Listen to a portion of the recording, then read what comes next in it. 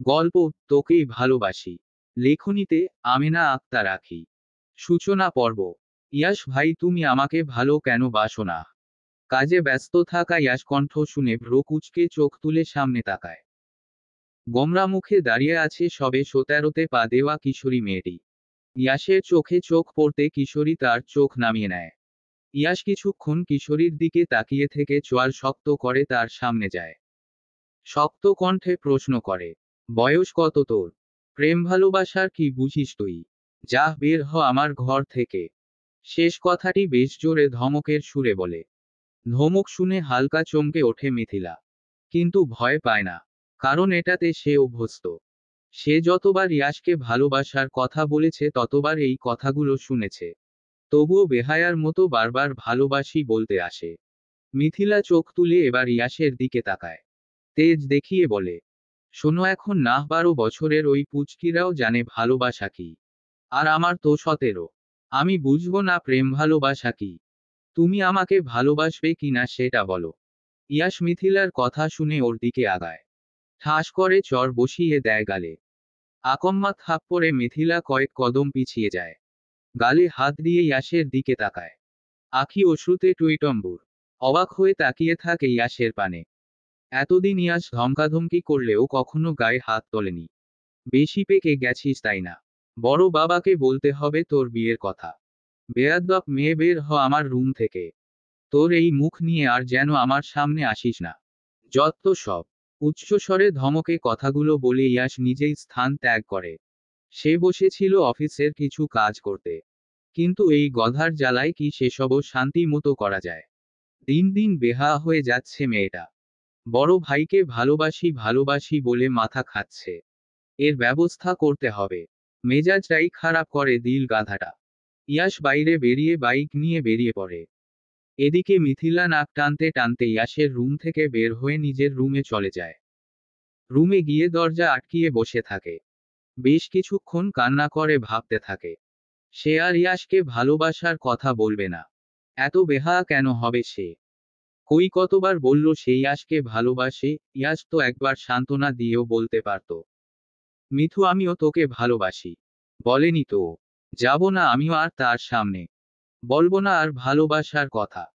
মনকে এসব বলে সান্ত্বনা দিয়ে চোখ মুছে ঘরের দরজা খুলে বেরিয়ে পড়ে। তার তো আবার আজকে মেলা কাজ, বড় বোন আসছে বলে কথা। মিথিলা দৌড়ে রান্নাঘরে চলে যায়। রান্নাঘরে তার মা, মেজো মা রান্না করছে। মিথিলা গিয়ে দুজনের মাঝে দাঁড়ায়। দুজনকে ধরে সাইডে সরিয়ে দেয়। নিজে চুলোর কাছে এসে দাঁড়ায়। মেয়ের কর্মকাণ্ড দেখে তিতলি হক মেকি রাগ নিয়ে বলেন, মিথু কি করছিস? যা বের হ, রান্না করছি তো আমরা। মিথিলা ভ্রু কুঁচকে মায়ের দিকে তাকায়।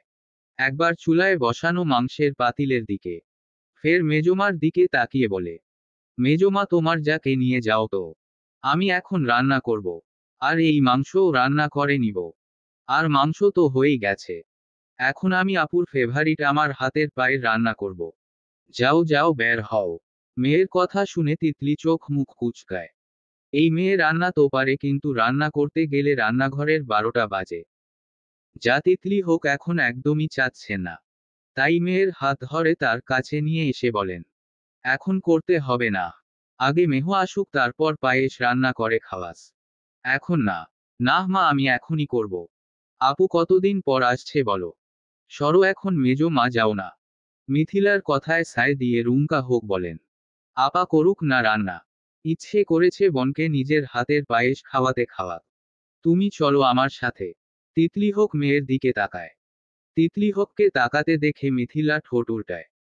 মেয়ের এমন ফেস দেখে তিতলি হোক আর কিছু বলেন না, বেরিয়ে যান রান্নাঘর থেকে। মিথিলা ওদের যেতে দেখে খুশি হয়।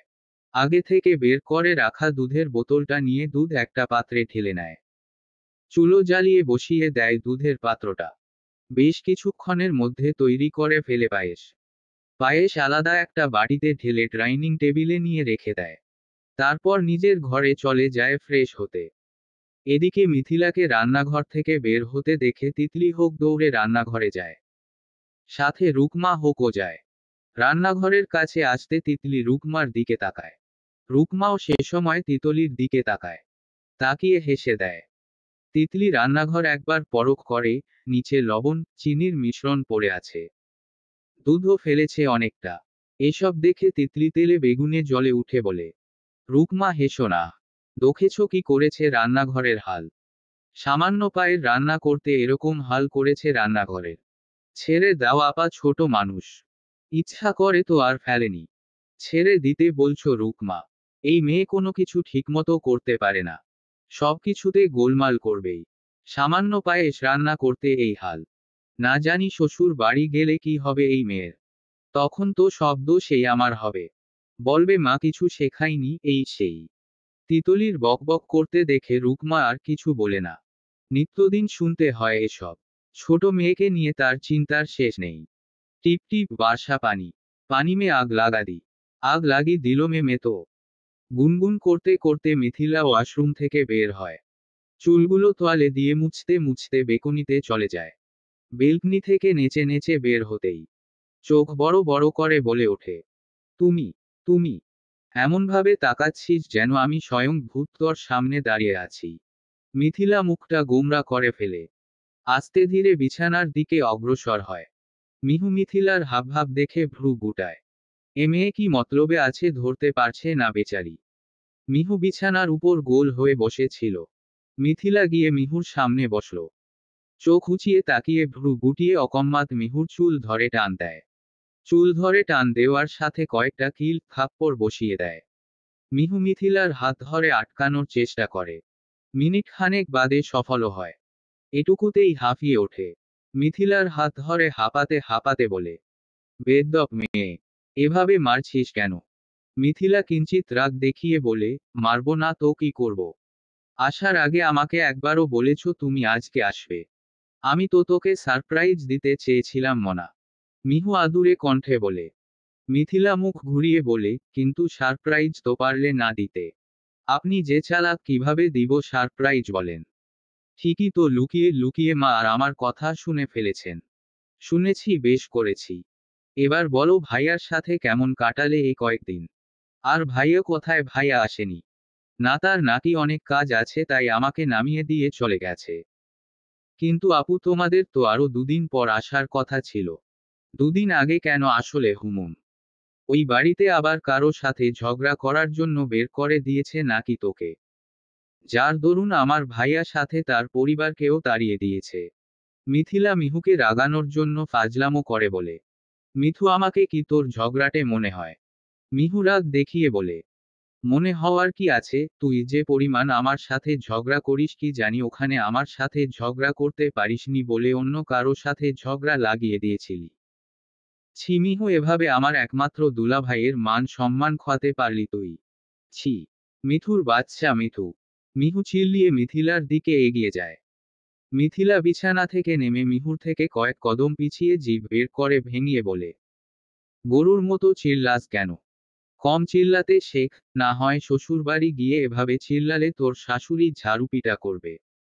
কথাটা বলে মিথিলা দৌড়ে বেরিয়ে যায়। মিহু ওর পিছনে দৌড় দেয়।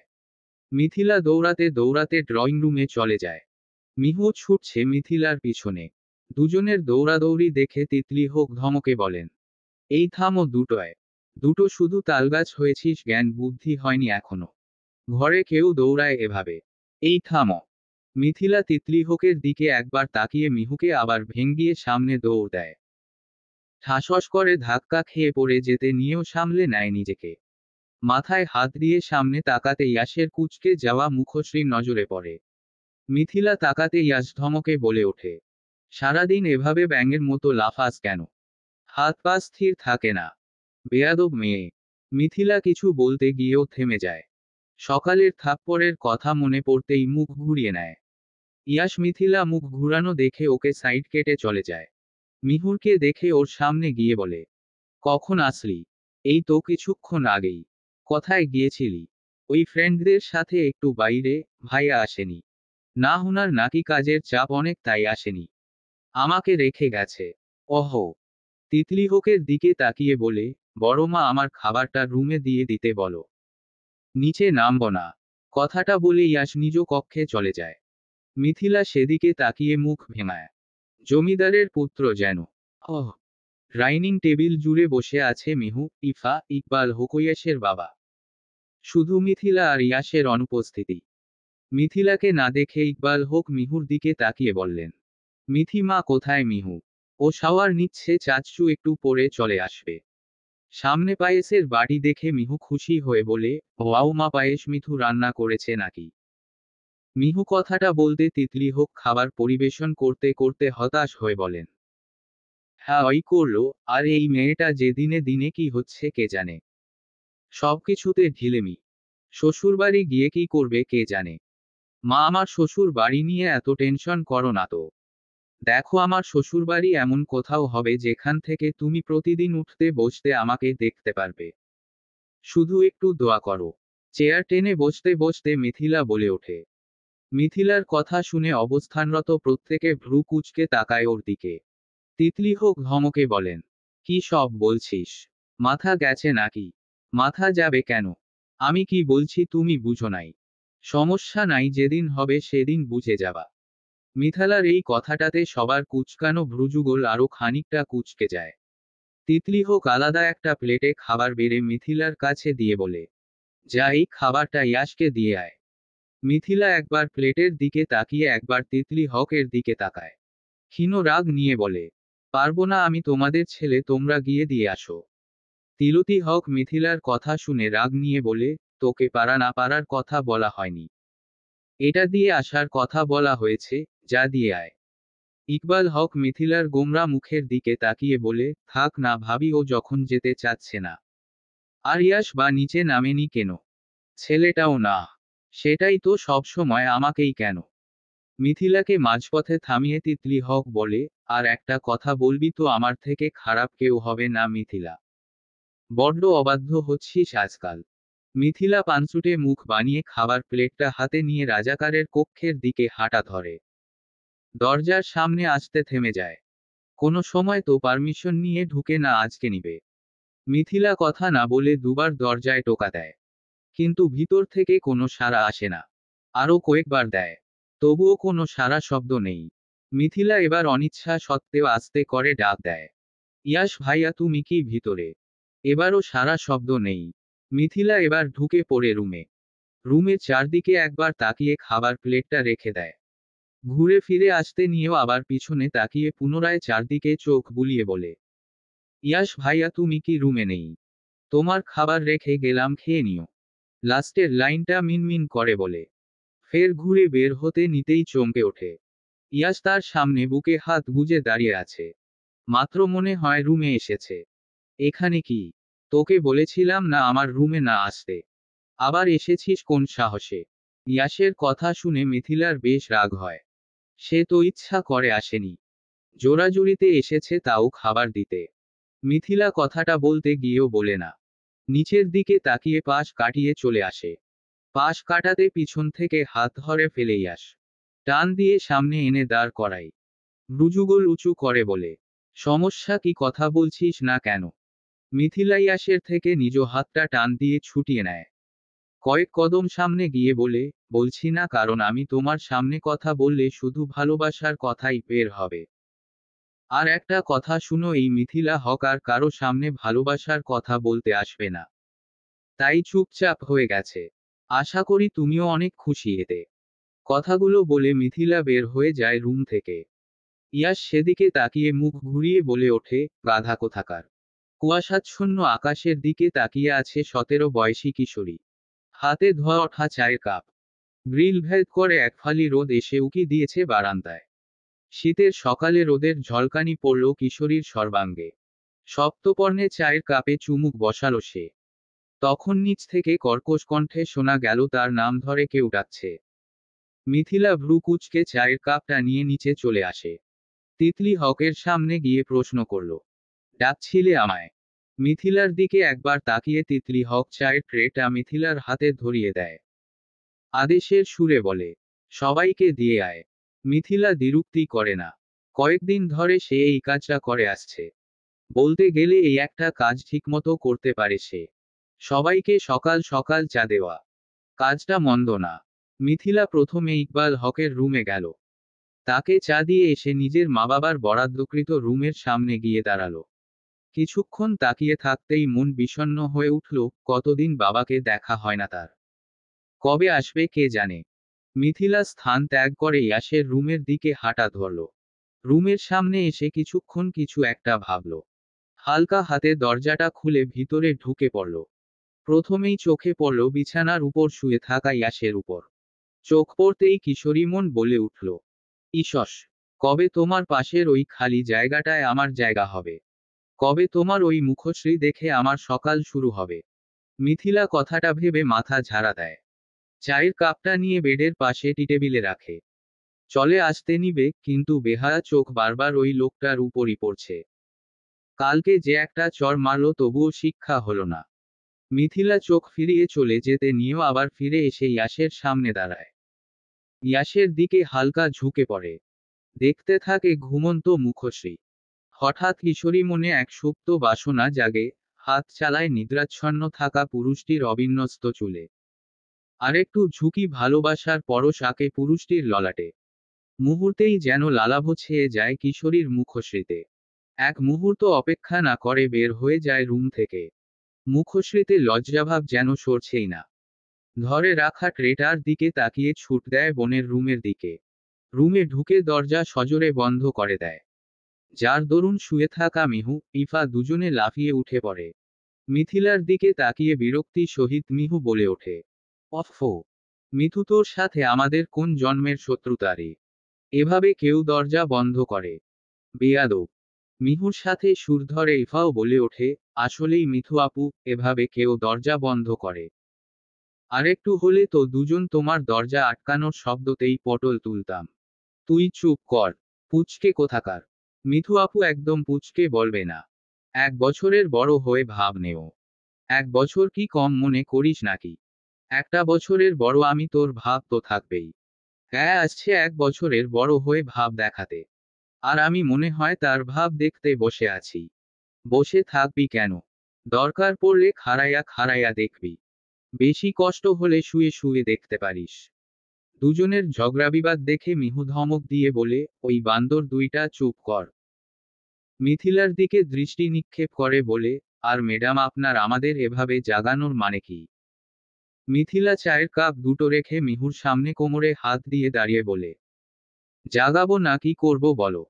তুমি না হয় আমাদের মানসম্মান ডুবাতে পারো, আমি তো পারি না। মিহু মিথিলার কথা শুনে বকা হয়ে জিজ্ঞেস করে, ঘুমের সাথে মানসম্মানের কি সম্পর্ক? কি সম্পর্ক মানে, তুই ঘড়ি দেখেছিস কয়টা বাজে? 8টা বাজতে চলল। তো? কিসের তো? দেখ, চিল্লানোর জন্য তো তোকে তোর শাশুড়ি ঝাড়ুপিটা করবে নিশ্চিত, সাথে এই ঘুমানোর জন্য তোকে জুতাপিটা করবে দেখে নিস। আর তোকে যদি তোর শাশুড়ি জুতাপিটা প্লাস ঝাড়ুপিটা করে তাহলে আমাদের বাড়ির মানসম্মান কই থাকবে বল? মিথিলার যুক্তি শুনে মিহু ড্যাব ড্যাব করে তাকিয়ে আছে। মিথিলা মিহুর দিকে তাকিয়ে মুখ বাঁকিয়ে বলে, কি এভাবে তাকিয়ে আছো কেন? যাই হোক, চা দিয়ে গেলাম, এক চুমুকে খেয়ে নিও। কথাটা বলে মিথিলা যেভাবে বুলেটের গতিতে এন্ট্রি নিছিল বিপরীতে কচ্ছপের গতিতে বেরিয়ে গেল। মিথিলা যেতে ইফা বলে ওঠে, আপু আমার তো মনে হয় তুমি তোমার শ্বশুরবাড়ির লোকজনের সাথে ঘুরতে গেলিছে, এবারই তোমার হবু শাশুড়ি তোমাকে অলরেডি জুতাপিটা প্লাস ঝাড়ুপিটা করে ফেলেছে। ইফার কথা শুনে মিহু চোখ রাঙিয়ে তাকায় ইফার দিকে। ইফা তাকানো দেখে বিছানা থেকে নেমে পড়ে। আড়মোড়া ভেঙে বলে, শান্তিতে ঘুমুতেও পারলাম না, দুই বান্দরনির জ্বালায়। কথাটা বলে এক মুহূর্ত না দাঁড়িয়ে ইফা স্থান ত্যাগ করে। মিহু ইফার যাওয়ার দিকে বালিশ ঢিল দিয়ে বলে, বেদ্যপ মহিলাগুলি। রাত্রে ডাইনিং টেবিলে আসতেই একটা খবর শুনতাই মিথিলার চোখ জ্বলজ্বল করে ওঠে। সবার দিকে চোখ ছোট ছোট করে তাকিয়ে সবাইকে একবার পর্যবেক্ষণ করে নেয়। কান খাড়া করে সব কথাই শুনে। না, যা শুনছে ঠিকই শুনছে।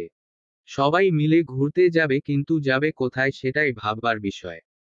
মিথিলা মনোযোগ দিয়ে সবার দিকে তাকিয়ে সবার কথা শুনতে থাকে। এক পর্যায়ে ইকবাল হক তিতলি হকের দিকে তাকিয়ে বলে ওঠ, ভাবি আপনি কি বলেন? এখন তো ওদের স্কুল কলেজও বন্ধ।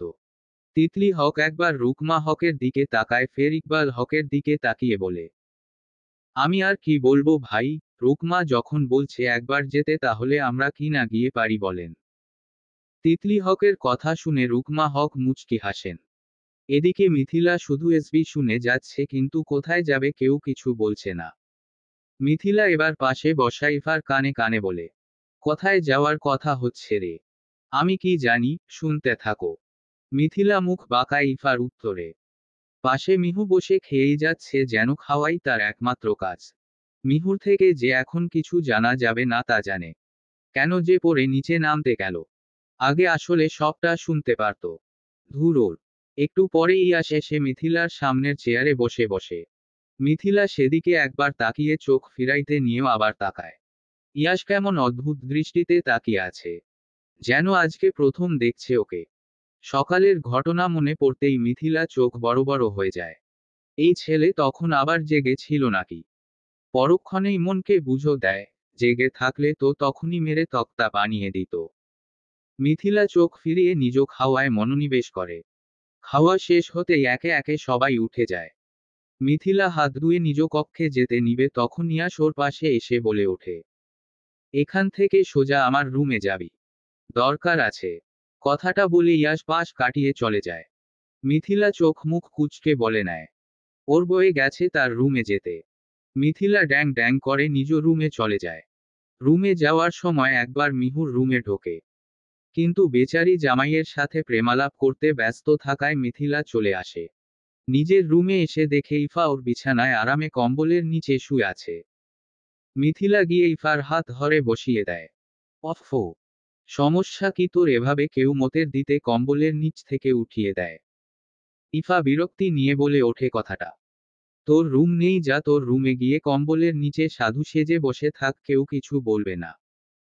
এরকম করলা না অভিশাপ দিলাম তোর কোনোদিন বিয়া হইব না, আইল্লা জামাইও জুটতো না তোর কপালে। বকবক করতে করতে ইফা রুম থেকে বেরিয়ে যায়। ইফা যেতে মিথিলা রুমের দরজা ভিড়িয়ে কম্বলের নিচে এসে শুয়ে পড়ে। কানে ইয়ারফোন গুজে গান ছেড়ে দেয়। কেউ যে ওকে ডেকেছিল ভুলে বসে সেই কথা।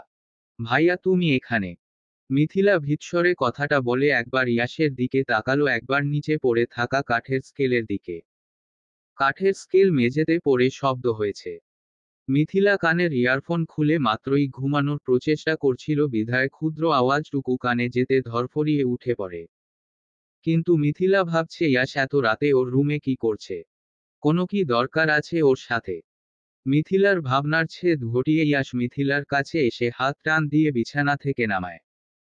সামনাসামনি দাঁড় করিয়ে বলে, তোকে আমার রুমে যেতে বলেছিলাম আমি, যাসনি কেন? ইয়াসের কথা শেষ হতে মিথিলা চোখ বড় বড় করে তাকায় ইয়াসের পানে। দেখেই মনে হচ্ছে রেগে আছে। মিথিলা কিছু বলার সাহস পায় না। চুপ করে ইয়াসের হাতে থাকা কাঠের স্কেলটার দিকে তাকিয়ে থাকে তীক্ষ্ণ দৃষ্টিতে। মিথিলাকে চুপ থাকতে দেখে ইয়াস ধমকে ওঠে, কিরে কথা বলছিস না কেন? ধমক শুনে মিথিলা কেঁপে ওঠে। ইয়াসের দিকে তাকিয়ে আমতা আমতা করে বলে, আসলে ভাইয়া আমার মনে ছিল না। মনে ছিল না মানে? আমি তোকে সোজা আমার রুমে যেতে বলেছিলাম। ওটুকু যেতে যেতে নিশ্চয়ই ভুলার কথা না। দাঁতে দাঁত চেপে কথাটা বলতে আবার ধমকের স্বরে বলে, হাতটা সামনে দে। মিথিলা ভ্রুযুগল কুঁচকে বলে, হাত বাড়াবো কেন? অন্যায় করার পরও প্রশ্ন করছিস কোন সাহসে? হাত বাড়াতে বলেছি বাড়াবি। না বাড়াবো না না হাত। তুমি আমাকে এখানে মারার জন্য এসেছো তাই না? কিন্তু তুমি আমাকে মারবে কেন? শুধু তোমার ডাকে তোমার রুমে যাইনি বলে। এতটুকুর জন্য মারার কি আছে? কোনো বড় অন্যায় তো করে ফেলেনি। করিসনি কোনো বড় অন্যায়। ইয়াসের প্রশ্ন করার ধরন দেখে মিথিলা চোখ ছোট ছোট হয়ে যায়। কি অন্যায় করেছে সে? মনে করার চেষ্টা করে, কিন্তু বৃথা হয়। তাই ইয়াসকেই প্রশ্ন করে, কি বড় অন্যায় করেছি আমি? ইয়াস মিথিলার কথা শুনে ওর দিকে কয়েক কদম আগায়। মিথিলার হাত টেনে সামনে আনে। হাতে থাকা কাঠের স্কেলটা সামনে এনে ঠাসোস করে মিথিলার হাতে বসিয়ে দেয়। মিথিলা চিল্লিয়ে ওঠে সাথে সাথে। হাত টেনে পিছনে নিয়ে আসে। মারা জায়গাটায় চোখ দেয় লাল হয়ে গেছে। চোখে টলমল পানি নিয়ে ইয়াসের দিকে তাকায়। মিথিলা তাকাতে ইয়াস বলে ওঠে, একটা ছেলের রুমে গিয়ে তার ঘুমানোর সুযোগ নিয়ে তাকে চুমু খাওয়া কি বড় অন্যায় নয়? সেদিন তো বলছিলি আমার সাথে কথা বললে নাকি তোর মুখ দিয়ে শুধু ভালোবাসার কথা বেরোবে। তা মুখে বলতে পারছিস না বলে কি এখন আচরণে প্রকাশ করা শুরু করছিস তুই আমাকে ভালোবাসিস? ইয়াশ থামতে মিথিলা চোখ তুলে তেজি কণ্ঠে বলে, একটা চুমু খেয়েছি তো কি হয়েছে? ভালোবাসি জন্যই তো চুমু খেয়েছি। তাই বলে মারবে কেন? কথাটা বলে মিথিলা হাত পিছনে লুকিয়ে ফেলে। ইয়াশ ভ্রু গুটিয়ে তাকায় মিথিলার দিকে। এ মেয়ের সাহস দেখে ও শুধু অবাক হচ্ছে। মিথিলার হাত পিছন থেকে সামনে এনে টেনে রুম থেকে বেরিয়ে নিয়ে যায়। রুম থেকে বের হতে মিথিলা ইয়াশের থেকে হাত ছাড়ানোর চেষ্টা করে বলে, কোথায় নিয়ে যাচ্ছ? ছাড়ো আমার হাত। ব্যথা পাচ্ছি আমি। ভাইয়া। ইয়াশ মিথিলার হাত ছেড়ে দেয় রাগী কণ্ঠে চিবিয়ে চিবিয়ে বলে, একদম চিল্লাবি না। সবার তো দেখা দরকার তাদের বাড়ির মেয়ে কতটা ভদ্র। যে একটা ছেলের রুমে গিয়ে তার পারমিশন ছাড়া তাকে চুমু খেয়ে আসে। চল আমার সাথে। সবার কথা মনে মিথিলার চোখ বড় হয়ে যায়। ফাঁকা ঢুক গিলে কয়েকটা। ইয়াশের থেকে আবার ঝাপটা মেরে হাত ছাড়িয়ে নেয়। ভীত স্বরে বলে ওঠে, ভাইয়া আমি আর কখনো এমন করব না। প্লিজ কাউকে কিছু বলো না। দেখো আমি আর তোমার সামনেই যাব না। সত্যি বলছি তবুও কাউকে কিছু বলো না। ইয়াশ মিথিলার কথাটা তোয়াক্কা না করে আবার হাত ধরে নিয়ে যায়। এবার মিথিলা কিছুটা জোরে কেঁদে দেয়। কান্নার আওয়াজ পেয়ে ইয়াশ পিছনে মিথিলার দিকে তাকায়। চোখে মুখে বিরক্তি নিয়ে বলে, এসব ন্যাকামো বন্ধ কর। তোকে শিক্ষা না দেওয়া পর্যন্ত তুই ঠিক হবি না। চল। মিথিলা ইয়াশের হাত টেনে ধরে অনুরোধ করে বলে, ভাইয়া কাউকে বলো না। দেখ আমি আর কখনো এমন করব না প্রমিস। এবারের মতো শুধু মাফ করে দেও। ইয়াশ মিথিলার মুখের দিকে তাকায়। যতই হোক ওর মনে তো একটু মায়াদয়া আছে। ইয়াশ মিথালার হাত ঝাপটা মেরে সরিয়ে দেয়। ওর থেকে দূরে সরে বলে, নেক্সট টাইম এরকম কিছু করবি তো সবার সামনে নিয়ে তোর এই ভালো মানুষই বের করব। যা রুমে যা। শেষের কথাটা ধমকে বলে ওঠে ইয়াশ নিজ কক্ষে চলে গেল। মিথিলা ওখানে দাঁড়িয়ে নাক টেনে গাল ফোলায়। জীবনে কোনো একটা ভুল তো ও করেছিল তার জন্যই এই পুরুষের প্রেমে পড়ছে। যার দরুন জীবনটা ঝালাফালা হয়ে যাচ্ছে। পরের দিন সকালবেলা ঘুম থেকে উঠে ড্রয়িং রুমে আসতে মিথিলা কিছুক্ষণ স্থিরচিত্তে দাঁড়িয়ে থাকে সামনের সোফায় বসা মানুষটার দিকে তাকিয়ে। হাতের তালু দিয়ে চোখ ঘষা দিয়ে আবার তাকায় সোফার দিকে। না যা দেখছে সত্যি দেখছে। মিথিলা মুহূর্তেই ছুটে যায় সোফায় বসা মানুষটার কাছে। লোকটিকে জড়িয়ে ধরে কেঁদে দেয়। মধ্যবয়স্ক লোকটি মিথিলার মাথায় হাত বুলিয়ে দেয়।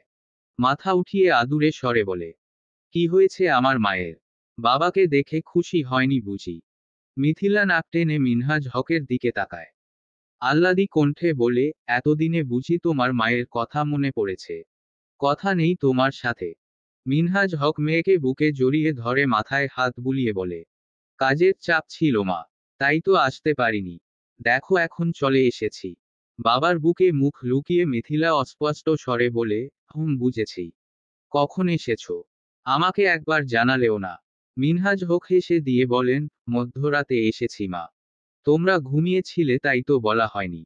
ভাবলাম সকালেই সবাইকে সারপ্রাইজ দিব। হয়েছে তোমার সারপ্রাইজ দেওয়া? হ্যাঁ এই তো আমার মেয়ে আমাকে দেখে সারপ্রাইজ হয়ে গিয়েছিল না? মিথিলা হেসে বলে, খুব হয়েছি। একে একে সবাই ঘুম থেকে উঠে নিচে নামে। ইয়াশ ইফা আর মিহুবাদে কেউই মিনহাজ হককে দেখে তেমন প্রতিক্রিয়া করে না। যেন তারা আগেই জানত মিনহাজ হক আজকে বাড়িতে আসবেন। মিথিলা সেসবে মাথা ঘামায় না। ও তো আজকে কাউকে চাও দিতে যায়নি। একে তো কালকের ইয়াশের ব্যবহার আর ওর কথাগুলোর জন্য যায়নি। তার উপর মিনহাজ হক এসেছে। তাই আরও যায়নি। ইয়াশ ড্রয়িং রুমে এসে একবার মিথিলার দিকে তাকিয়েছিল কিন্তু মিথিলার আগে অভিমানে মুখ ঘুরিয়ে নেয়। ইয়াশের হাবভাব এমন মিথিলার মুখ ঘুরানোতে তার কিছু যায় আসে না। সবাই খাবার টেবিলে বসতে ঘুরতে যাওয়ার কথা উঠল। এবার মিথিলার বোধগম্য হলো মিনহাজ হক তাহলে এর জন্যই এসেছেন। সবাই টুকটাক ঘুরতে যাওয়ার আলাপ করতে করতে খাওয়া শেষ হলো। তারা কালকেই বেরোবে তাই সবাইকে ব্যাগ গুছিয়ে নেওয়ার কথা বলল রুকমা হক। সবাই সম্মতি জানিয়ে যে যার রুমে চলে যায়। তারা ইয়াশদের মামা বাড়ি যাবে। এটা শুনতেই মিথিলার মুখ পানসুটে হয়ে যায়। গোমরা মুখ করে নিজ কক্ষে চলে যায়। ভোর ৫:৩০। শীতের সকাল। ইয়াশ মিথিলা পরিবারের সকলে স্টেশনে বসে আছে। ৫:৩০ ট্রেন আসার কথা। সকলে বসে ট্রেনের জন্যই অপেক্ষা করছে। যাওয়ার কথা শুনে ইকবাল হোক কালকেই ট্রেনের টিকিট কেটে রেখেছিলেন। কিন্তু দুর্ভাগ্যবশত এক একজনের সিট এক এক জায়গায় পড়েছে। আবার দুইটো সিট পায়নি। এটার জন্য রুকমা হক তিতলি হক বকবক করেই যাচ্ছেন তখন থেকে।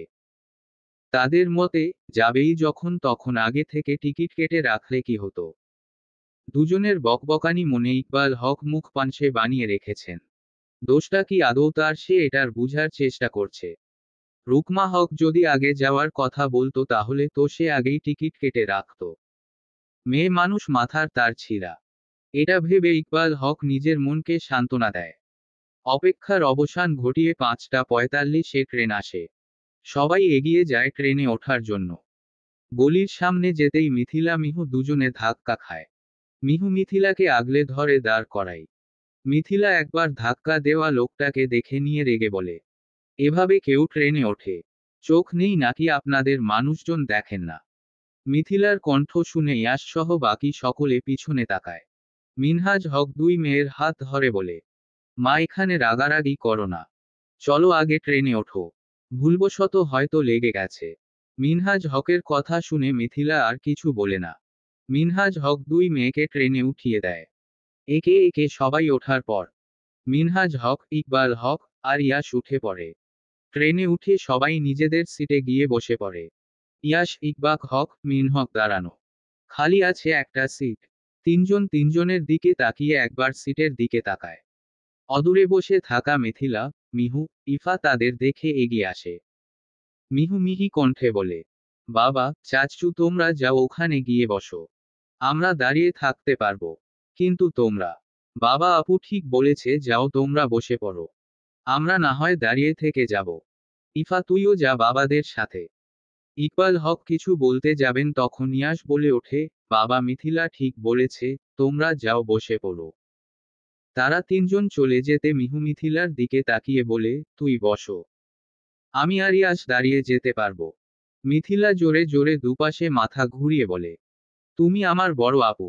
আমি বসে যাব আর তুমি দাঁড়িয়ে? না না, তা কিভাবে হয়, তুমি বরং বসে যাও আর আমি দাঁড়িয়ে। মিহু ভ্রুযুগল কুঁচকে বলে, ইয়াস ও তোর থেকে বড়। মিথিলা এবার ইয়াসের দিকে তাকিয়ে মিনমিন করে বলে, উনি তো ছেলে মানুষ। ইয়াস দীর্ঘশ্বাস ফেলে বলে, ভাগ্যিস ছেলে, না হলে মনে হয় এতক্ষণে সিট নিয়ে চুলোচুলি লেগে যেত। কথাটা বলে ইয়াস সামনে ইফাদের কাছে যায়। মিথিলা একবার গাধার মতো ইয়াসের দিকে তাকিয়ে মিহু দিকে তাকায়। মিহু মিথিলাকে চোখ রাঙিয়ে বসে পড়ে সিটে। মিথিলার চোখ ঘুরিয়ে তাকাতে মিহুর পাশের বসা মহিলাটার দিকে চোখ পড়ে। কেমন অদ্ভুতভাবে তাকিয়ে আছে, যেন আজব কোনো প্রাণী দেখছে। মিথিলা নিচের দিকে তাকিয়ে দাঁড়িয়ে আছে। ট্রেন মাত্রই চলতে শুরু করেছে। মিথিলার এখন আফসোস হচ্ছে, কেন জানালার পাশে সিটটাতে বসল না। বরাবরই ট্রেন ভ্রমণ তার প্রিয়। কিন্তু এবার একটা প্রিয় জিনিসের জন্য আরেকটা প্রিয় জিনিসকে বলি দিতে হচ্ছে। মিথিলা কিছুক্ষণ দাঁড়িয়ে থাকতে ইয়াস আসল একবার মিথিলার দিকে তাকিয়ে চলে গেল ওখান থেকে। মিথিলা ইয়াসের চলে যাওয়ার দিকে তাকিয়ে মুখ ঘুরিয়ে নেয়। ভাব হু। প্রায় 1 ঘন্টা যেতে মিথিলার পা লেগে আসে। পাশে তাকিয়ে দেখে মিহু চোখ বন্ধ করে আছে। হয়তো ঘুমাচ্ছে। মিথিলা ঘুরে হাঁটা ধরে।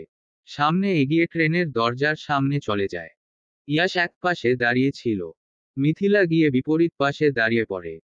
পিঠ হেলান দিয়ে ইয়াসের দিকে তাকায়। মনে মনে আওড়াও, ইসস, তুমি এত সুন্দর কেন ইয়াস ভাই?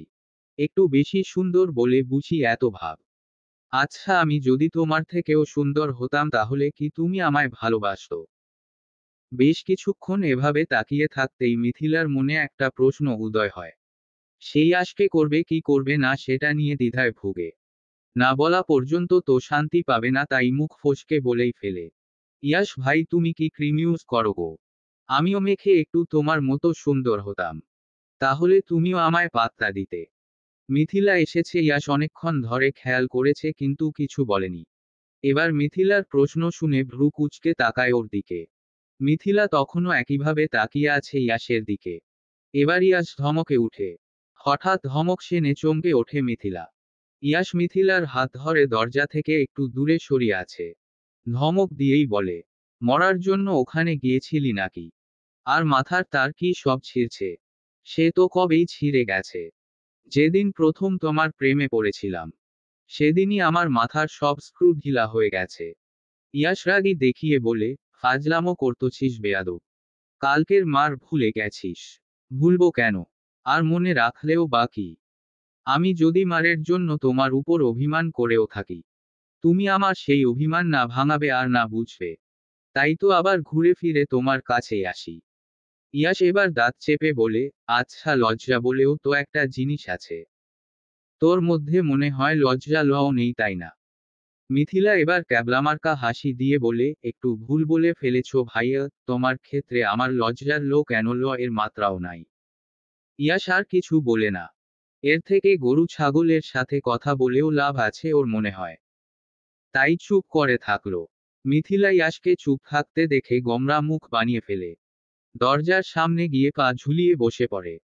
ইয়াশ একবার সেদিকে লক্ষ্য করে ধমকে টেনে মিথিলাকে সেখান থেকে নিয়ে আসে। মিথিলা এবারও অভিমান হয় খুব। নিজেও কথা বলবে না আবার ওর ইচ্ছা মতো থাকতেও দিবে না হু। কয়েক ঘন্টা যেতে মিথিলার কোমর যেন লেগে আসে। কোথাও একটা বসতে পারলে মনে হয় শান্তি পেত। মিথিলার হাঁসফাঁস করা দেখে ইয়াশ তীক্ষ্ণ দৃষ্টিতে তাকায় মিথিলার দিকে। চাপা স্বরে জিজ্ঞেস করে, এমন করছিস কেন? মিথিলা ইয়াশের দিকে তাকিয়ে হাসার চেষ্টা করে বলে, না কিছু না। চুপচাপ দাঁড়াবি এখানে, আমি এখনই আসছি। কথাটা বলে ইয়াশ চলে যায়। মিথিলা যাওয়ার দিকে তাকিয়ে আবার চোখ ফিরিয়ে নেয়। যে কারণেই যাচ্ছে ওর ভালোর কারণে তো আর যাচ্ছে না। তাই ওখানেই দাঁড়িয়ে থাকে। বেচারির এখন আফসোস হচ্ছে কেন যে সিটে বসল না। এই রসকসহীন মানুষের সাথে থাকার চেয়ে সিটে বসে আরামে ঘুম দিয়ে গেলেও অন্তত শান্তি পেত ও। বেশ কিছুক্ষণ পর ইয়াশ আসে হাতে একটা টুল নিয়ে। মিথিলার সামনে টুলটা রেখে বলে, বসো এখানে। মিথিলা চোখ বড় বড় করে বলে, এটা কোথায় পেলে তুমি? যেখানেই পাই না কেন, তোকে বসতে বলছি বসো। মিথিলা ইয়াশকে একবার পর্যবেক্ষণ করে বলে, আমি একা বসবো তুমি বসবে না? তোমার ওতোপা লেগে গেছে। আমাকে নিয়ে তোর চিন্তা করতে হবে না। তোকে বসতে বলছি বসো। আর টাকা আমার কাছে ধরেনি এত টাকা খরচ করব। টাকার কথাটা বুঝলো না মিথিলা। অজ্ঞতা বসে পড়ল। এখন কথা বললে ধমক খেতে হবে এটা জানে সে। আরও 2 ঘন্টা পর ট্রেন এনে নির্দিষ্ট গন্তব্যে থামল। ভিতর থেকে সবাইকে বেরিয়ে আসতে দেখে মিথিলা উঠে বসল।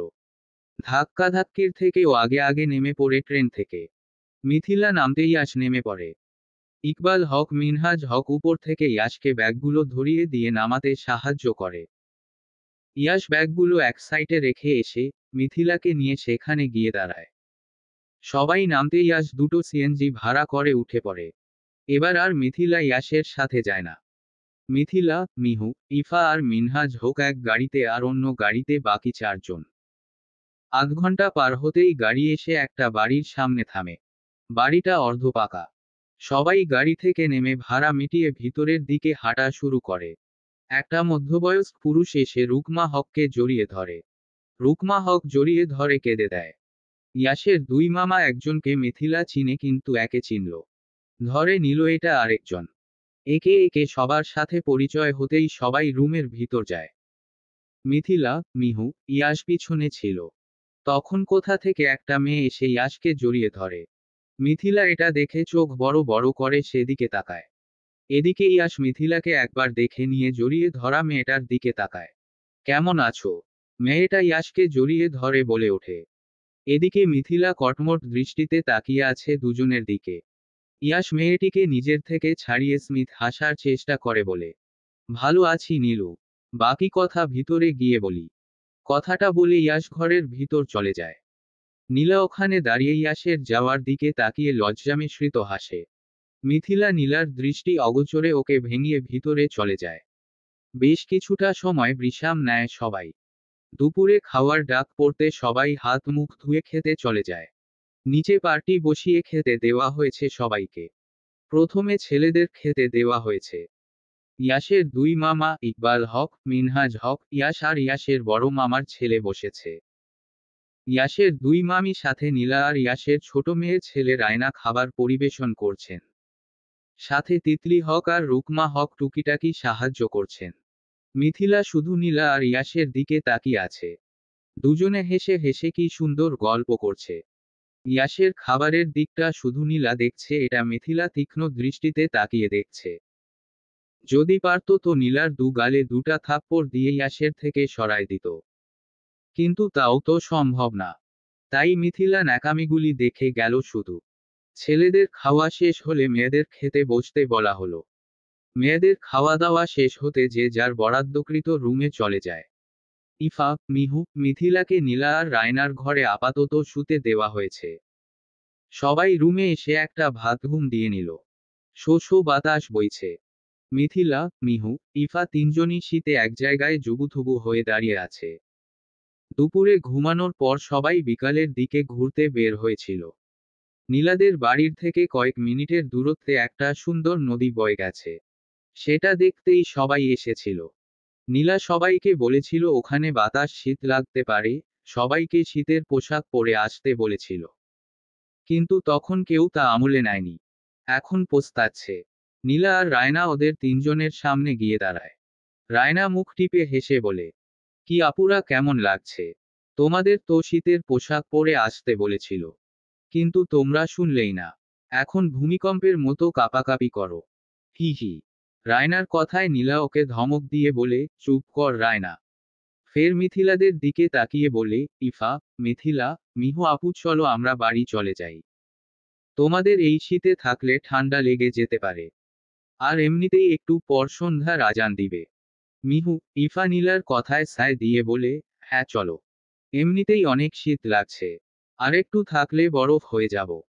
গ্রামে এত শীত। মিথিলার নীলার কথা তো পছন্দ হয়নি।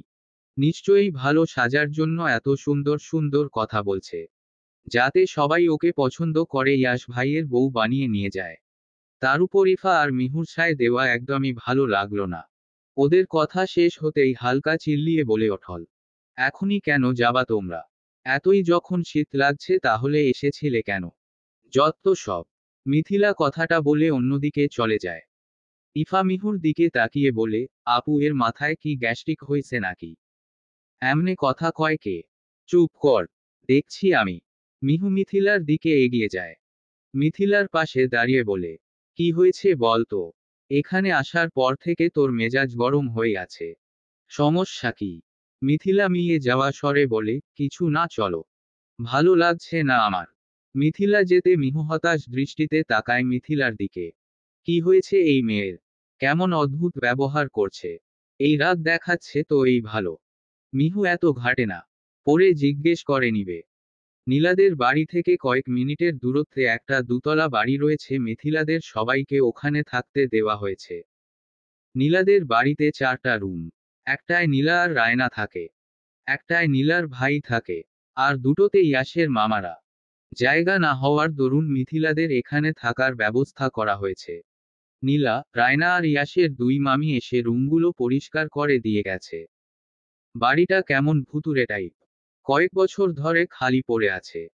আগে যারা এই বাড়িতে থাকতো তারা নাকি শহরে চলে গেছে কয়েক বছর হলো। ভাউ। মিথিলা, ইয়াশ, মিহু, ইফা, নীলা, রায়না, নাবিল সবাই মিলে বাড়িটার ছাদে গল্প করছিল। নীলা আর নাবিল বাড়িটার ব্যাপারে কথা বলছিল ভূত প্রেত নিয়ে। তার মাঝে হঠাৎ রায়নার ভাউ বলাতে সবার যেন যায় যায় অবস্থা। মেয়েটা যে অতিমাত্রায় ফাজিল মিথিলা, মিহু এই কয়েক ঘন্টায় টের পেয়ে গেছে। নাবিল, নীলা ধমক দিতে পানচুটে মুখ বানিয়ে চুপ হয়ে যায় রায়না। সবাই স্বাভাবিক হতে নীলা বলতে শুরু করে, জানো আমার দাদিমার কাছ থেকে শোনা, এই বাড়িতে যারা থাকতো খুবই হাসিখুশি সুখী পরিবার ছিল তারা। আনন্দে দিন কাটত। বাড়ির সবার আদরের একমাত্র মেয়ে ছিল তনিমা। সারাদিন হেসে খেলে নাকি তার দিন কাটত। হঠাৎ একদিন শোনা গেল এই বাড়ির মেয়ে তনিমা নাকি পাশের গ্রামের ছেলেকে নিয়ে ভেগেছে। দুই গ্রামে রটিয়ে গেল কথাটা। তনিমার বাবা মাকে সবাই থু থু করত। বাইরে বেরোনি যেত না গ্রামের মানুষের জন্য। এরকম করতে করতে কয়েক বছর কেটে গেল। তনিমার মা বাবা তাদের মেয়েকে মৃত ধরে নিয়েছিল। কিন্তু আদরের একমাত্র মেয়ে, তাকে কি এত সহজে ভোলা যায়? সবকিছু প্রায় স্বাভাবিক হয়ে গিয়েছিল। গ্রামের মানুষও তনিমা নামটাকে ভুলে বসেছিল। সে সময় হঠাৎ একদিন তনিমা এ বাড়িতে আসে। তনিমার বাবা মা তো প্রথমে তনিমাকে দেখে ভূত দেখার মতো চমকে উঠেছিল। একমাত্র আদরের মেয়ের কি দশা হয়েছিল এটা দেখে দুজনে চোখে জল ছেড়ে দিয়েছিল। তনিমা বাবা মায়ের সামনে যায়, দুজনের দিকে তাকিয়ে কাতর কণ্ঠে বলে, সে আমায় ভালোবাসেনি। মা, বাবা আমাকে ক্ষমা করে দিও। এটুকু বলে তনিমা তার ঘরে চলে যায়। আর তার পরের দিন তনিমার লাশ বের হয় ওর ঘর থেকে। রাতেই হয়তো ফাঁসি নিয়েছিল তনিমা। এই ঘটনার পরপরই তনিমার বাবা মা এ বাড়ি ছেড়ে গ্রাম ছেড়ে চলে যায় এখান থেকে। এখন প্রায় প্রায় নাকি ওই তনিমার রুমটা থেকে মেয়েলি কান্নার আওয়াজ ভেসে আসে। অস্পষ্ট সুরে কি যেন বলে চলে মেয়েটা। এটুকু বলে শ্বাস নেয় নীলা, তখন নাবিল বলতে শুরু করে, আর এই তনিমার কান্নাস্বর নাকি আমাদের গ্রামেরই একজন শুনেছে। রাতে মাছ মেরে সে নাকি এই রাস্তা দিয়ে যাচ্ছিল, তখন বাড়ি থেকে চাপা স্বরে কান্নার আওয়াজ পায়। এক মুহূর্ত দেরি না করে সে নাকি চলে গিয়েছিল এখান থেকে। ঘটনা কতটা সত্য তা আমরা জানি না। নাবিল থামতে ইফা ভীতকণ্ঠে বলে, নাবিল ভাই, আমরা এখানে থাকবো না, তোমাদের ওই বাড়িতেই থাকবো, চলো। দরকার পড়লে উঠোনে থাকবো, তাও এখানে না। ইফার কথা শেষ হতে মিথিলাও একই কথা বলে ওঠে। নাবিল এবার তিনজনের দিকে তাকিয়ে দীর্ঘশ্বাস ফেলে। ইয়াস তখন ঘড়ি দেখে বলে, অনেক রাত হয়েছে, বাদ দেও এখন, চলো ঘুমাতে, চলো সবাই। এই বলে ইয়াস উঠে যায়। নাবিল উঠে ইয়াসের পিছন পিছন চলে যায়। বাকি পড়ে থাকে মিথিলা, মিহু, ইফা, নীলা আর রায়না। নীলাও উঠে পড়ে সবার দিকে তাকিয়ে বলে, চলো এবার সবাই যাই, অনেক রাত হয়েছে। রায়না তুইও চলে, বাড়ি যেতে হবে আমাদের। সবাই উঠে পড়ে নীলা আর রায়না আগে আগে যাচ্ছে, পিছনে মিহুকে জড়িয়ে ধরে ইফা আর মিথিলা হাঁটছে। হঠাৎ পিছনে কিছুর শব্দ হতেই মিথিলা আর ইফা জোরে চিল্লিয়ে উঠে। দুজনের দুপাশ থেকে চিল্লানোতে মিহু ভয় পেয়ে দুজনকে ছেড়ে দেয়। নীলা আর রায়না পিছনে ঘুরে তাকায়। রায়না দুজনের অবস্থা দেখে হাসতে হাসতে বলে, বিড়াল গেছে বিড়াল, আল্লাহ এত ভীতু তোমরা, বলে আবার হাসতে থাকে।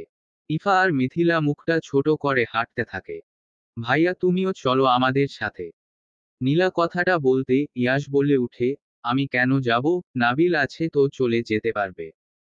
ইয়াসের উত্তরে নীলা মুখটা ছোট করে ফেলে। তখন পাশ থেকে নাবিল বলে ওঠে, ভাই চলো না হয় আমাদের সাথে, মধ্যরাতে গ্রামটা হেঁটে দেখো, সুন্দর লাগবে। নাবিলের বলা কথাটা ভেবে ইয়াস রাজি হয়ে যায় জকয়। নীলার ঠোঁটে তৎক্ষণাৎ হাসি ফুটে। চারজন যাওয়ার জন্য পা বাড়াতে পিছন থেকে মিথিলা নিচু স্বরে বলে, ভাইয়া আমিও যাব। আমিও এই মধ্যরাতে গ্রাম ঘুরে দেখব। না, আমি কাউকে নিতে পারবো না। ইয়াসের উত্তর শুনে মাথা নিচু করে ফেলে মিথিলা। তখন পাশ থেকে নাবিল বলে ওঠে, নাও না ভাই। আচ্ছা আয়। মিথিলা খুশি হয়ে ওদের সাথে এসে পড়ে। পাঁচজন হাঁটছে একটা রাস্তা দিয়ে। প্রথমে নাবিল, তারপর ইয়াস, নীলা, পিছনে রায়না আর মিথিলা। সামনে ইয়াস আর নীলাকে একসাথে দেখে মনে মনে রাগে ফুঁচতে থাকে মিথিলা। ও কি এসব রংঢং দেখার জন্য এসেছিল নাকি ধুরোর। তার উপর পাশে রায়নার বকবকানি। কয়েক মিনিট হাঁটার পরে ইয়াসদের মামাবাড়ি চলে আসে। নীলা, নাবিল, রায়না ওদের বিদায় দিয়ে বাড়িতে ঢুকে যায়। ওরা যেতে ইয়াস মিথিলার দিকে তাকিয়ে বলে ওঠে, চল। ছোট্ট রাস্তা, দুজন পাশাপাশি হাঁটছে। দক্ষিণা বাতাস বহিছে। মিথিলা শাল জড়িয়ে আছে, তাও যেন একটু শীত শীত লাগছে। কয়েক মিনিট হাঁটার পরই হঠাৎ মিথিলা ইয়াসের হাতের মাঝে হাত গলিয়ে দেয়। ইয়াস থেমে যায়। বিস্মিত দৃষ্টিতে তাকায় পাশে মিথিলার পানে। মিথিলা স্মিত হেসে মাথা নাড়ায়। আকাশের দিকে তাকিয়ে আবার ইয়াসের দিকে তাকিয়ে মুচকি হেসে বলে, মধ্যরাত, চাঁদের আলো, দক্ষিণা বাতাস, পাশে প্রিয় মানুষ। এ জীবনে আর কি চাই বলো। এই রাতে প্রিয় মানুষটার কাছে একটাই আবদার, এখন থেকে প্রণয় শুরু হলে মন্দ হয় না বলো। নতুন দিনের সূচনা। চারিপাশ কুয়াশাচ্ছন্ন। দূরদূরান্তে কুয়াশা ঘেরা, কিছু দেখা যাচ্ছে না। ভোরে পাখির কিচিরমিচির আওয়াজ কানে সুমধুর স্বরে বাজল মিথিলার। সন্তর্পণে চোখ খুলে তাকালো সে। পাশে মিহু আর ইফা শুয়ে আছে। মিথিলা উঠে বসে ওয়াশরুমের হাত মুখ ধুয়ে ঘরে আসে। মিহু আর ইফা এখনো ঘুমিয়ে আছে। মিথিলা একবার ভাবল দুজনকে জাগিয়ে তুলবে। পরক্ষণেই কিছু একটা ভেবে জাগালো না। শাল জড়িয়ে পা বাড়ালো ছাদের দিকে। ইয়াস সবে ছাদে এসেছিল, পিছনে শব্দ হতে ঘুরে পিছনে তাকালো। এত সকালে মিথিলাকে ছাদে দেখে ভ্রু কুঁচকে নেয়। কিছুক্ষণ তাকিয়ে থেকে আবার সামনে ঘুরে যায়। মিথিলা ছোট ছোট পা ফেলে ইয়াসের পাশে গিয়ে দাঁড়ায়। দাঁড়িয়ে অদূরে তাকিয়ে থাকলো কুয়াশাচ্ছন্ন আকাশের দিকে। বেশ কিছুক্ষণ যেতে ইয়াস মিথিলার পাশ থেকে চলে যাওয়ার জন্য পা বাড়ায়। আমার মতো সুন্দরী রমণীর পাশে দাঁড়ালে বুঝি আজকাল কারো মনে প্রেমানুভূতি জাগে। মিথিলার কথাটা শুনে ইয়াস থেমে যায়। পিছন ঘুরে তাকায়। ভ্রু উঁচিয়ে কিছুক্ষণ তাকিয়ে থাকে। ইয়াসের থেকে দৃষ্টি ফিরিয়ে মিথিলা পুনরায় সামনে তাকায়। ইয়াস এবার ধোপধাপ পা ফেলে মিথিলার পাশে এসে দাঁড়ায়। মিথিলার মুখের দিকে তাকিয়ে ভ্রু কুঁচকে নিয়ে জিজ্ঞেস করে, মানে, তুই বলতে চাচ্ছিস তুই সুন্দরী? মুচকি মুচকি হাসছিলে কেন আমায় দেখে? ইয়াসে প্রশ্নে মিথিলা পাল্টা প্রশ্ন করে। মিথিলার প্রশ্নটা শুনে ইয়াস দুবার কাশি দেয়। ইনিয়ে বিনিয়ে বলে, কখন হাসছিলাম আমি? আর হাসলেও কি? এখন কি তোর জন্য আমি হাসতে পারবো না? আজীব। মিথিলা এবার ইয়াসের দিকে তাকিয়ে শান্ত কণ্ঠে বলে, হাসবে না কেন? হাসবে। তবে আমাকে দেখে কেন মুচকি মুচকি হাসছিলে হুমুম? তোকে দেখে কেন হাসব? আমি প্রকৃতি দেখে হাসছিলাম। এই মনে করিস না আমি তোকে পছন্দ করি। মনে তো করছি না। আমার তো মনে হয় সত্যি তুমি আমাকে পছন্দ করে ফেলেছ। প্রেয়সীর আবদার তাহলে পূর্ণ করছো। মিথিলা কথাটা বলে পাশে ঘুরে ইয়াসের দিকে তাকায়। ইয়াস কিছুক্ষণ মিথিলার দিকে তাকিয়ে কিছু না বলে উল্টো ঘুরে পা বাড়ায়। ইয়াস চলে যেতে মিথিলা দীর্ঘশ্বাস ফেলে। এই ছেলে কি কখনো ওকে ভালোবাসবে? সবাই ঘুম থেকে উঠে ফ্রেশ হয়ে ইয়াসদের মামা বাড়ি এসেছে। সকালের খাওয়া দাওয়া শেষ করে ইয়াস মিথিলারা সবাই আবার ও বাড়িতে চলে আসে। ইয়াস, মিথিলা, ইফা, মিহু, নীলা, নাবিল, রায়না সবাই গোল হয়ে ছাদে বসে আছে। সবাই বিকালে ঘোরাঘুরি প্ল্যান করছে। অবশেষে সব ঠিক করে সবাই উঠে পড়ে। দুপুরে সবাই ফ্রেশ হয়ে খেয়েদেয়ে একটু বিশ্রাম নিয়ে বেরিয়ে পড়ে গ্রাম ঘুরতে। আজকে মিহু, মিথিলা, ইফা সবাই নিজেদের শীতের কাপড় নিয়েছে। সেদিনের মতো বিপদে আর পড়তে চায় না। 7 জন একটা ক্ষেতের আইল ধরে হাঁটছে। ইয়াস আর নাবিল সামনে, তার পিছনে মেয়েরা হাঁটছে। ক্ষেতের আইল থেকে ওরা একটা রাস্তায় উঠল। রাস্তাটা একদম সোজা গিয়েছে। রাস্তার দুপাশে সারি সারি গাছ, তার পাশে যতদূর দেখা যায় শুধু ক্ষেত আর ক্ষেত।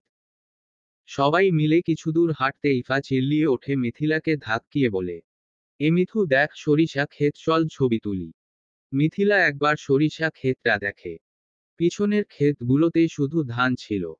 আর এদিকে সরিষা আর সরিষা। চারিপাশ হলুদে ভরা। মিথিলা কিছুক্ষণ মুগ্ধ দৃষ্টিতে সেদিকে তাকিয়ে থাকে। ইফা হাত টান দিতে ওর দিকে ঘুরে, মুখ ভেঙিয়ে বলে, তুই আমাকে তুই করে বলছিস কেন? ভুলে যাস না আমি তোর 1 বছরের সিনিয়র। আগে সুন্দর করে বল, তারপর ছবি তুলে দিব। হ্যাঁ আছে, মিহু আপু আছে, নীলা আপু আছে, রায়না আছে, ওরা আমারে ছবি তুলে দিব, তোরে লাগতো না যা ভাগ। কি তোমরা দিবা না ছবি তুলে? শেষের কথাটা মিহু, নীলা আর রায়নার দিকে তাকিয়ে বলে। তখন নীলা আগে আগে বলে, ইফা চলো আমি তোমাকে ছবি তুলে দিব। চলো। নীলার কথা শুনে মিথিলা ফোঁস করে উঠে। ইফাকে কিছু বলতে যাবে তার আগেই দুজন নেমে চলে যায়। পিছনে মিহু আর রায়নাও যায়। মিথিলাকে একা দাঁড়িয়ে থাকতে দেখে নাবিল বলে, তুমি যাবা না? কথাটা কে বলেছে? মিথিলা না দেখেই চিল্লিয়ে বলে, না যাব না, যাও তোমরা। ইয়াস এবার মিথিলাকে ধমকিয়ে উঠে, এই বেয়াদব মেয়ে, ভদ্রতা শিখিসনি? কার সাথে কিভাবে কথা বলছিস? মিথিলা ঘুরে ইয়াসের দিকে তাকায়।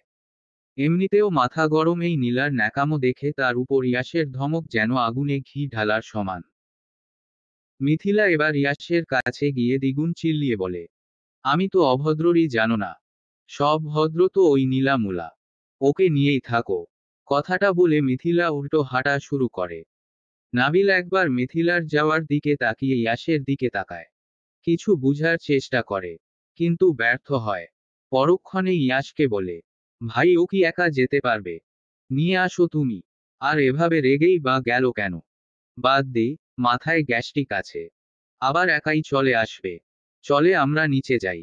ইয়াস নিচে যেতে নাবিলও নিচে নেমে যায়। সবাই সরিষা খেতে বিভিন্ন ধরনের ছবি তুলে। হঠাৎ মিহুর খেয়াল হয় অনেকক্ষণ ধরে মিথিলাকে দেখছে নাও। সবার মাঝে আশেপাশে তাকিয়ে দেখে মিথিলা নেই কোথাও। মিহু একে একে সবাইকে জিজ্ঞেস করে, কেউ নাকি জানে না। মিহু ভয়ে কয়েকটা শুকনো ঢোক গিলে ইয়াসের কথা মাথায় আসতে ইয়াসের কাছে যায়। ইয়াস ওদের থেকে বেশ কিছুটা দূরে ছিল। মিহু দৌড়ে সেখানে গিয়ে ইয়াসকে মিথিলার কথা জিজ্ঞেস করে। ইয়াস অবাক হয়ে বলে ওঠে, মিথিলা তোদের সাথে নেই। মিহু ভীতস্বরে বলে, না, ওকে তো আমি অনেকক্ষণ ধরে দেখছি না, ভাবলাম তোদের সাথে আছে। মিহুর কথা শুনে ইয়াস নাবিলের দিকে একবার তাকায়। চল আমার সাথে। নাবিলকে কথাটা বলতে দুজন ছুটে যায়। মিহু দুজনের যাওয়ার পানে কিছুক্ষণ তাকিয়ে থাকে। সামনে কি ওদের জন্য বিপদ অপেক্ষা করছে? মিহু হেঁটে ইফাদের কাছে যায়। ইফা মিহুর অবস্থা দেখে বলে, মিহু আপু কি হয়েছে? মিথিলা আপু কোথায়? মিথিলার নাম শুনতে মিহু ইফাকে জড়িয়ে ধরে অশ্রু ছেড়ে দেয়। ফুপিয়ে বলে ওঠে, ইফু, মিথু কোথায় গেছে? ওকে খুঁজে পাচ্ছি না। মিহুর কথা শুনে ইফা চমকে ওঠে। মিহুকে ওর থেকে ছাড়িয়ে চোখের পানি মুছিয়ে দিয়ে বলে, কি বলছো আপু? দেখো মিথু আপু এদিকেই আছে, খুঁজলে পেয়ে যাব, কান্না করো না। চলো। ইফা নীলা আর রায়নাকে আসতে বলে ও মিহুর হাত ধরে উপরে উঠে পড়ে। চারপাশে দেখে নিয়ে সামনে হাঁটা শুরু করে। আশেপাশে চোখ বুলিয়ে যাচ্ছে চারজন। ইফা মাঝে মাঝে মিথিলার নাম ধরে ডাকছে, কিন্তু কোনো সাড়া শব্দ নেই। মিথিলা কোথায় তুই? মিথিলা শুনতে পাচ্ছিস? ইয়াস অনেকক্ষণ ধরে চিল্লিয়ে ডেকে যাচ্ছে, কিন্তু না, কোথাও থেকে সাড়া আসছে না। ইয়াস এবার হতাশ দৃষ্টিতে নাবিলের দিকে তাকায়। ক্লান্ত স্বরে জিজ্ঞেস করে, মিথিলা কোথায় গেল রে? তখন আমার ওকে এভাবে বলা ঠিক হয়নি, তাই না? আমারই দোষ। এখন ওকে কোথায় খুঁজবো? নাবিল আশ্বাস দিয়ে বলে, চিন্তা করো না ভাই, পেয়ে যাব। আচ্ছা, ও তো বাড়িতেও যেতে পারে। তুমি বাড়িতে কারো কাছে ফোন দিয়ে একটু জিজ্ঞেস করো। নাবিলের কথাটা শুনে ইয়াস নাবিলের দিকে তাকায়। ফোন বের করে তিতলি হককে ফোন করে। তিতলি হক ধরতে ইয়াস ঝটপট জিজ্ঞেস করে, বড় মা, তিতলি কি বাড়িতে? তিতলি ওপাশে কিছু বলে ফোনটা কেটে দেয়। নাবিল ইয়াসের পানে তাকিয়ে আছে, ইয়াস কি বলে এটা শোনার জন্য। ইয়াস তাকাতে নাবিল কিছু বলতে যাবে তার আগে ইয়াস বলে, মিহুদের ডেকে নিয়ে আসি চল। ও বাড়িতে আছে। নাবিল স্বস্তির শ্বাস নেয়। পিছনে ঘুরে হাঁটা শুরু করে। কিছু পথ যেতে মিহুদের দেখা পেল। মিহু দৌড়ে ইয়াসের কাছে এসে জিজ্ঞেস করে, ইয়াস মিথিলা কোথায়? বাড়িতে আছে, চল তুই। এখন কোনো প্রশ্ন করিস না। বাড়িতে গিয়ে চল। মিহু কিছু বলে না। ছয়জন হাঁটা শুরু করে বাড়ির উদ্দেশ্যে। কয়েক মিনিটে বাড়িতে পৌঁছে যায়। বাড়িতে গিয়ে দেখল ইয়াসের দুই মামি তিতলি হক, রুকমা হক পিঠা বানাচ্ছেন। ইয়াস গিয়ে তিতলি হককে জিজ্ঞেস করে, বড় মা মিথিলা কোথায়? আছে দেখ এদিকে কোথাও। ইয়াস ভ্রু কুঁচকে ওখান থেকে চলে আসে। বাড়িটা ঘুরে দেখে কিন্তু পায় না মিথিলাকে। না পেয়ে বেরিয়ে আসে। মিহু, ইফা, নীলা, রায়না, নাবিল সবাই রান্নাঘরে বসে ছিল। বসে পিঠা খাচ্ছিল সবাই। ইয়াস গিয়ে পুনরায় মিথিলার কথা জিজ্ঞেস করবে তিতলি হককে, তখন নীলা কেসে উঠে। সবাই ওর দিকে তাকায়। বেচারির খেতে গিয়ে গলায় আটকে গেছে। ইয়াস নীলার কাছে গিয়ে ওর মাথায় হাত বুলিয়ে দেয়। ইফা পানি এনে নীলার হাতে দেয়। নীলা পানি খেতে ইয়াস বলে ওঠে, দেখে খাবে না? মিথিলা মাত্র এদিকে আসতে নিয়েছিল। নীলা আর ইয়াসকে একসাথে দেখে আবার ঘরে ঢুকে যায়।